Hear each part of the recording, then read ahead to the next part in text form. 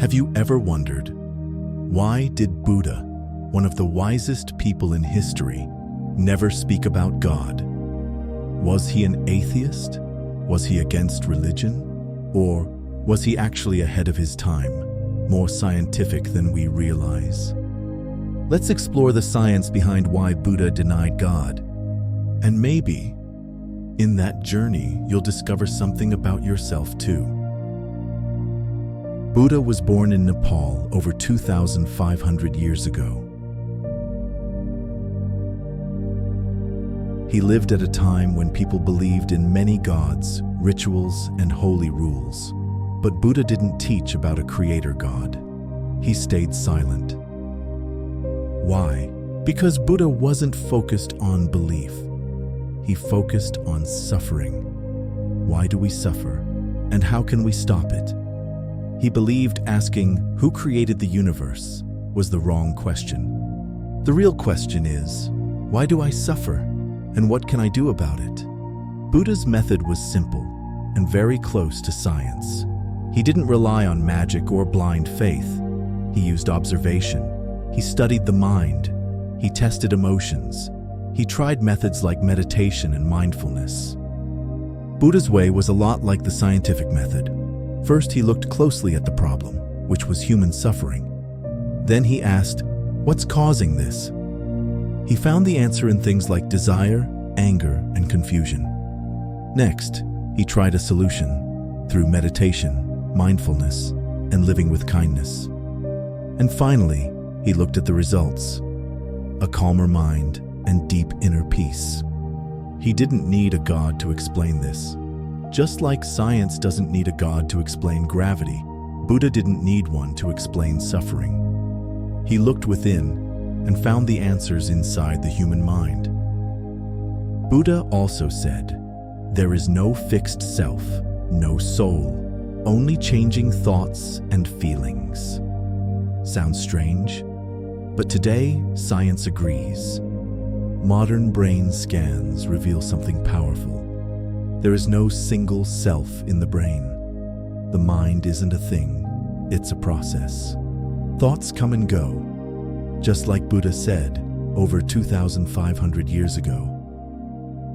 If there's no permanent soul, then what's the point of a god who rewards or punishes souls? And maybe that idea of God, it just doesn't fit anymore. Today, science gives us the answers. The Big Bang explains the birth of the universe. Evolution explains how life changes, and psychology helps us understand our emotions. Buddha's teachings match this mindset.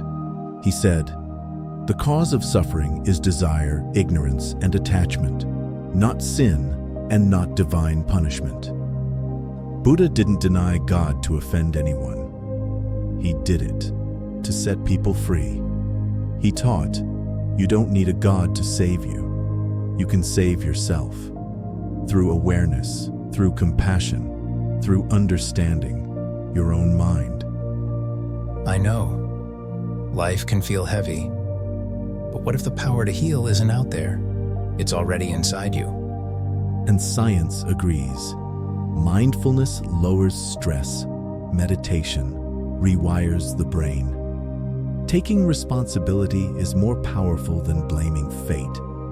Buddha also taught something radical for his time: Anatta, the idea that there is no fixed self, no eternal soul. You've probably been through pain. Maybe you still carry it.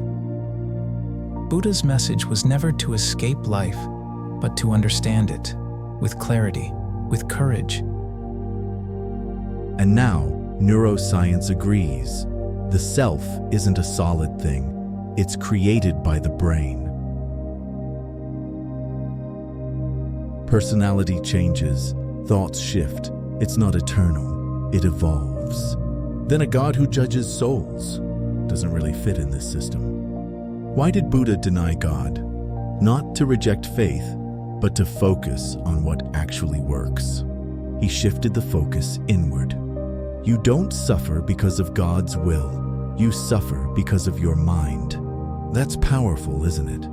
It means the key to your peace is already within you. And today, even modern therapy agrees. CBT helps you change your thoughts. Meditation reduces anxiety and heals stress. It's not just belief, it's inner science. In the end, you are the creator of your peace. Not a god, not a guru, just you. Buddha wasn't trying to be radical. He simply asked a timeless question. Does belief in God end suffering? If the answer is no, then maybe the better question is, what can you do to be free? If this video gave you something to think about, hit like. If it made you feel something, share it. And if you want more wisdom with a scientific twist, subscribe.